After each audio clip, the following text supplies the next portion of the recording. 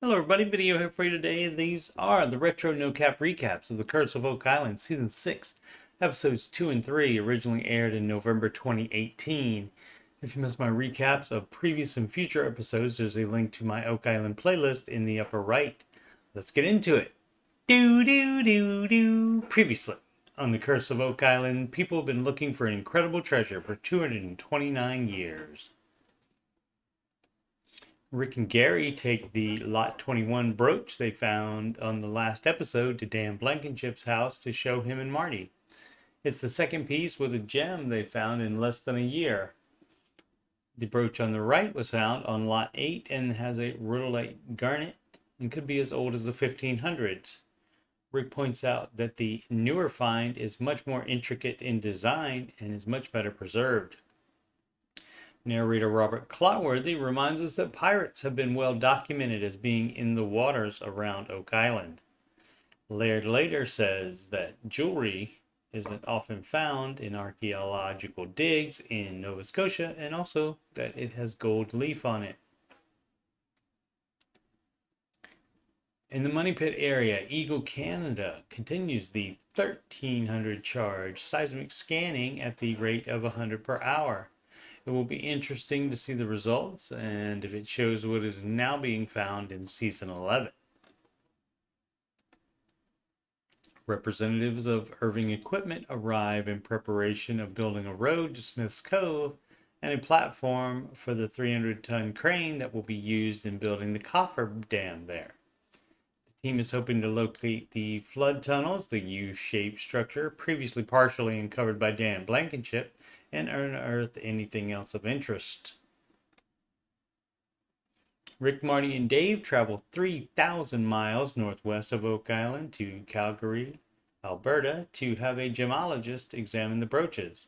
The gemstones have been removed from their settings so they can be more closely examined. He confirms the previous identification as a garnet on the other older find. Bad news, good news on the newer find. It's glass, not a gem, but it is old. Also, the setting contains a super ancient way of making wire called block twisting, which goes back to the Iron Age, 2200 years BC. The gemologist dates it no newer than the year 1330. Marty, Craig, and Alex take the newer brooch to Dr. Christopher Brousseau in Halifax.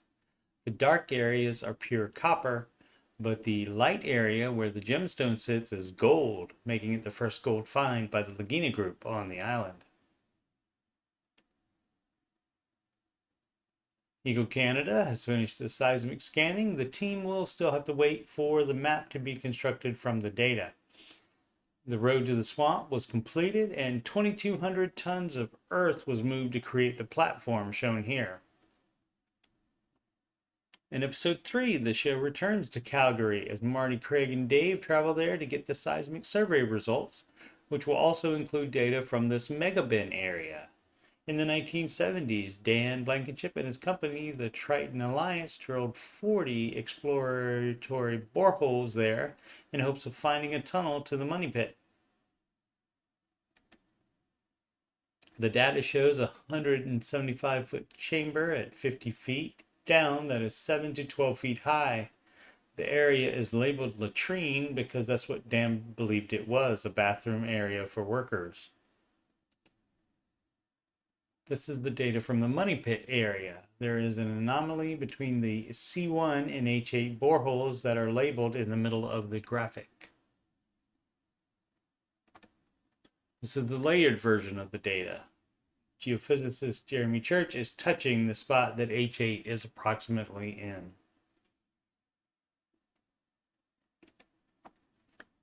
Here Jeremy shows what he says could be a flood tunnel 100 to 110 feet down that in the gray area has, quote, linear features that come off of it and that carries on into a larger network, end quote.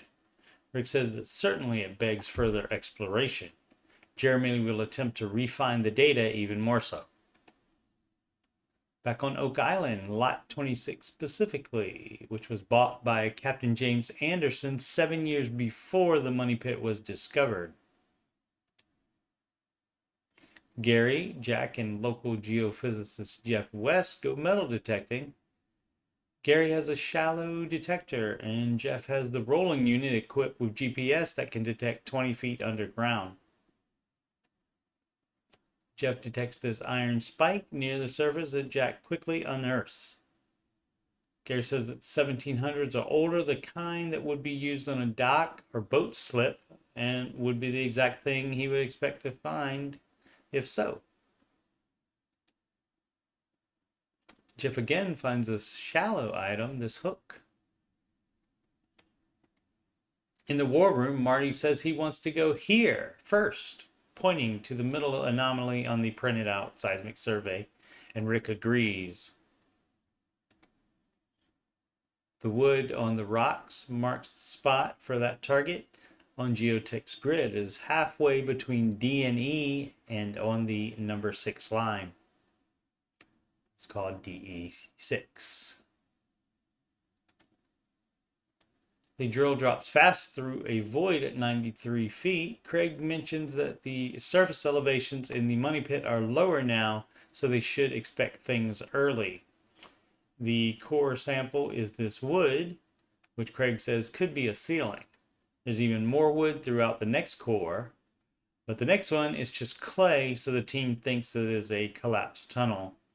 Rick says it's exciting because it can't just be a coincidence that it matches the seismic data. On the Lot 26 shore, Jeff again finds a shallow target, this crossbow. Gary says it could be Templar, anywhere from 1000 to 1500 AD when crossbows were replaced by gunpowder-based weapons. No Cap recaps of Season 11 will debut Tuesday late nights, and I'll also continue these retro No Cap recaps of Season 6 through 8. Seasons 1 through 5, 9, 10, and the aired episodes of Season 11 are already done. Upcoming streams answering your financial questions with Coach Steve Money Saturdays and Sundays at 4 p.m. Eastern Time. Also, the Ramsey Show After Show. Next one will be Wednesday, March 20th, 6 p.m. right after the Ramsey Show video on YouTube ends. I'll also be continuing to play Tomb Raider Anniversary from 2007, and then after that, Tomb Raider Underworld from 2008. Mostly late nights, but whenever I have free time. Once again, I'm Coach Steve Money. I'm a Ramsey Solutions certified financial coach. And if you've got money problems or you just want to make sure you're on the right track, you can schedule a free financial coaching consultation with me at calendly.com/Coach Steve Money. That is a video conferencing appointment, so you can do that from anywhere in the world, even Oak Island. You can email me about coaching or anything on my YouTube channel, coachstevemoney@gmail.com. Channel donations can go to paypal.me/Coach Steve Money. Alternatively, CashApp, $Coach Steve Money, or a Walmart gift card to coachstevemoney@gmail.com. You can add me on the gram at Coach Steve Money. And of course, the YouTube channel is youtube.com/Coach Steve Money. Thank you so much for watching. Please subscribe, like, and comment.